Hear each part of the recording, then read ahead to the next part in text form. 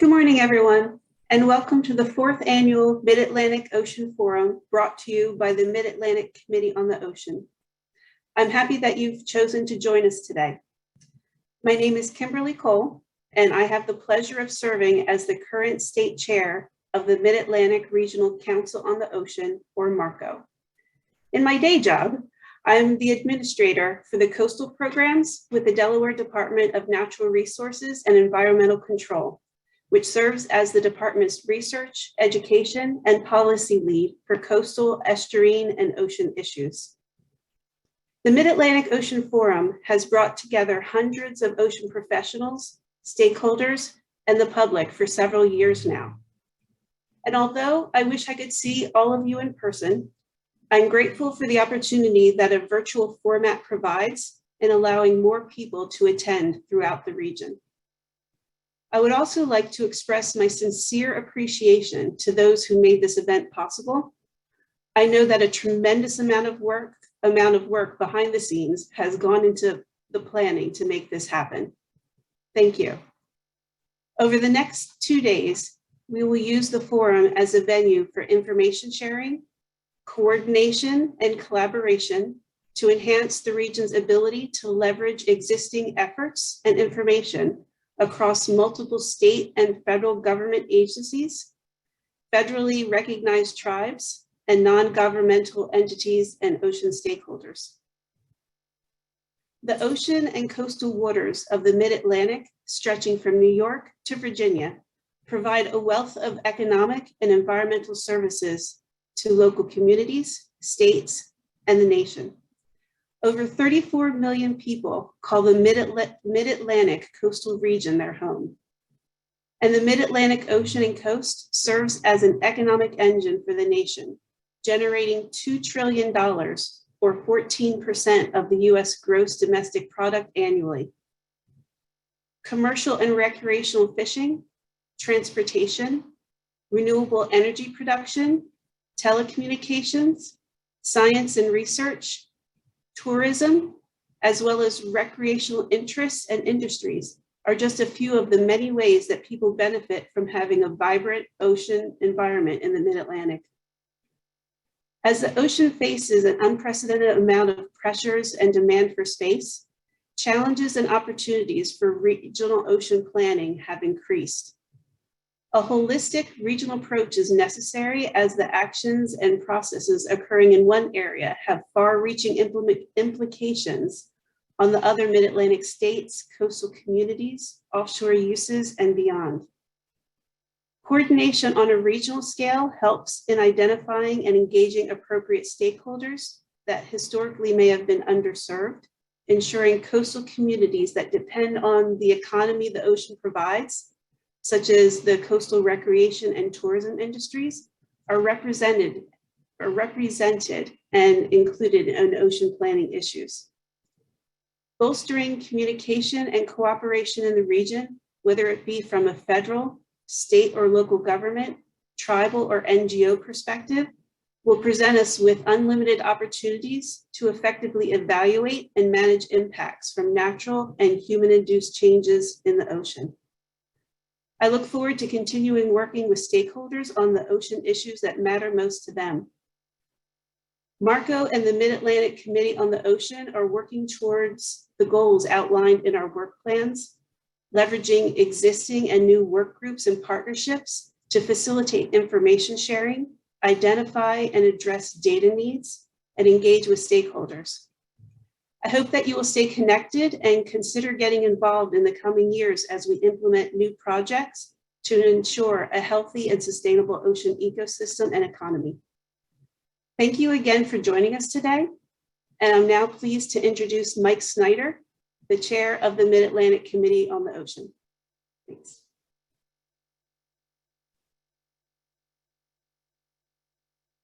Thank you, Kim, for that introduction, and welcome all. Good morning, everyone. I'd like to thank you all again, as Kim did, for being here. It's hard to believe that we're already at the 4th Mid-Atlantic Ocean Forum. It seems like just yesterday that we began this journey together. And as Kim mentioned, while ideally we would like to be together in person, I'm still very glad to have the opportunity to connect with all of you, and I'm especially grateful for everyone who's worked so hard to pull this event together over the past few months. And it's so critical that we make time for discussions like the ones we're going to have over the next few days. In our daily work, we're constantly reminded that ocean management involves overlapping jurisdictions and highly interconnected ecosystems that make decision-making particularly complex. The continued interest in the Ocean Forum reinforces collaboration and partnership as a priority for us all. For those of us who joined last year, you know that partnership is a key theme of my time as MACO chair. It's a theme that continues to resonate through our work and as a direct result of the forum, which serves as our focal point for acknowledging and growing our partnerships with so many of you. Over the past year, MACO, as the regional ocean planning entity for the Mid-Atlantic, has established new partnerships and reinforced existing ones, opening the door for yet more additional opportunities for MACO. As a result of last year's forum, we took a significant step forward in strengthening the partnership between MACO and the Mid-Atlantic Regional Association Coastal Ocean Observing System, or MARICOOS. MACO worked with MARICOOS to establish a Memorandum of Understanding, or MOU, for increased regional coordination. And as a direct result of this MOU, maritime industries, government agencies, researchers, members of the public will all have increased access to improved oceanographic data on the Mid-Atlantic Ocean Data Portal. Also, as a direct result of last year's forum and our growing efforts to integrate diversity, equity, inclusion, and justice principles into our work, we've formed a new exciting partnership with Native Land Digital.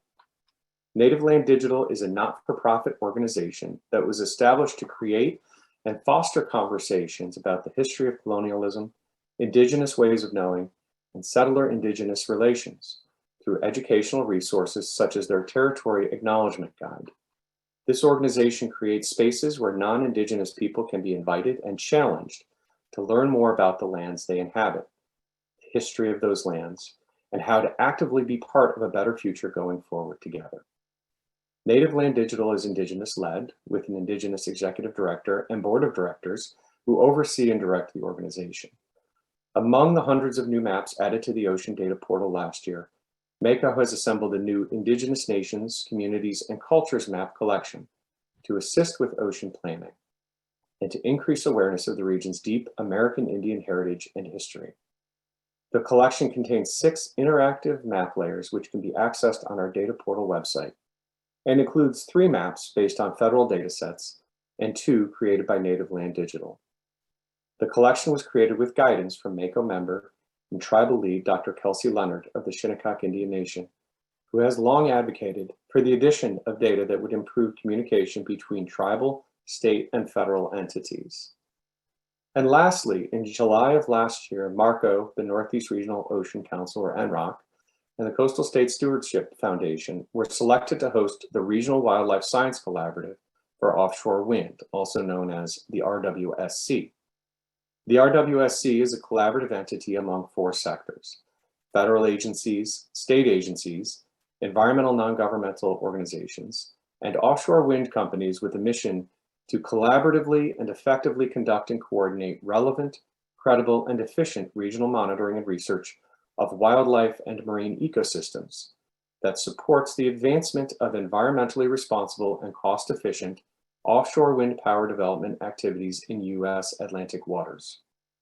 We look forward to building on our existing work with partners and stakeholders along the Atlantic coast to further the goals of coordinated research on marine wildlife and offshore wind. We thank those who are involved with the RWSC for being here today, including Director Emily Shumchania, who we'll hear from tomorrow during the closing plenary panel. So as you can see, the forum plays a vital role in keeping the MACO members attuned to the needs and opportunities of the region. And it's been wonderful working with everyone this past year on both existing and new and emerging issues. We have an exciting 2 days planned that will cover some of these new topics. Later this morning, we'll hear from presenters examining blue carbon as a climate change mitigation strategy. The discussion will address the value and benefits resulting from carbon storage, suitable locations in the Mid-Atlantic, and innovative mechanisms to provide compensation for the restoration of carbon sequestering ecosystems. Following this session, you'll hear from students and early career professionals on topics such as restoring oysters in New York Harbor, potential climate change and offshore wind development impacts on ecosystems, and vessel strike risks for humpbacks in the Cape May area. I'm extremely grateful for this poster session and the opportunity to bring up the next generation of ocean managers, so I highly encourage you to check that out. After lunch, you'll hear examples for conservation strategies, which can ensure our resources and ecosystems are sustainably managed and protected. The sustainable use of our oceans is advanced, and the benefits to our stakeholders, communities, and nation are maximized. Following this session, you'll be given the opportunity to provide input in breakout sessions, the scope of an ocean conservation work group being formed by MACO. The intent of establishing the Ocean Conservation Work Group is to connect conservation practitioners with the science, data, and expertise needed to ensure our sustainable ocean ecosystem is able to support a sustainable ocean economy. Tomorrow, for day 2 of the forum, we'll focus on sustainable ocean economy with panel sessions focusing on accommodating increased demand for ocean space while sustaining port access and maritime navigation, offshore wind energy transmission, supply chain, port infrastructure, and other support needs.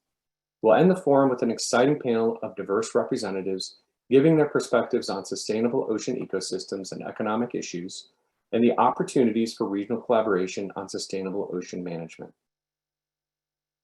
In closing, I'd like to encourage you to participate fully and to take ideas back with you to think about in the coming weeks and months. We know the challenges in front of us are significant, and this year's forum focuses in particular on climate change, as well as the associated need for new renewable energy resources and accommodating space in an increasingly crowded ocean. But we also know these challenges don't happen within a vacuum.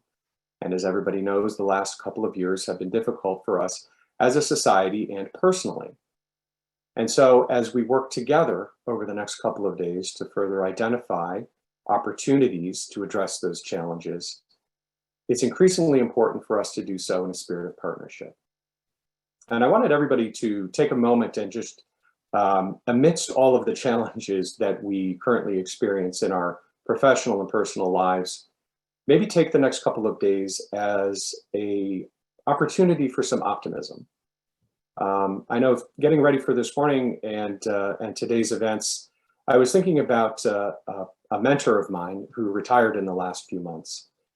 I know we all have those examples of folks who over the last couple of years have left us either for other jobs or due to retirement or other reasons. And I think increasingly we feel the pull to take on a more active role in each of our lives in addressing the challenges that are before us in ocean management.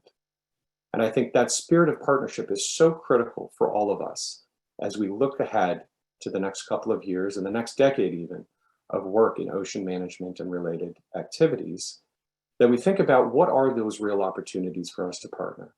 This forum, for me, is an annual opportunity to be optimistic, to think about ways of increasing the level of attention I pay to those around me, not just to my own work. And I think as you participate in today's events, listen to the panelists, and hopefully as you actively engage in the discussions, you'll be able to take that spirit of partnership with you and carry it with you throughout the year.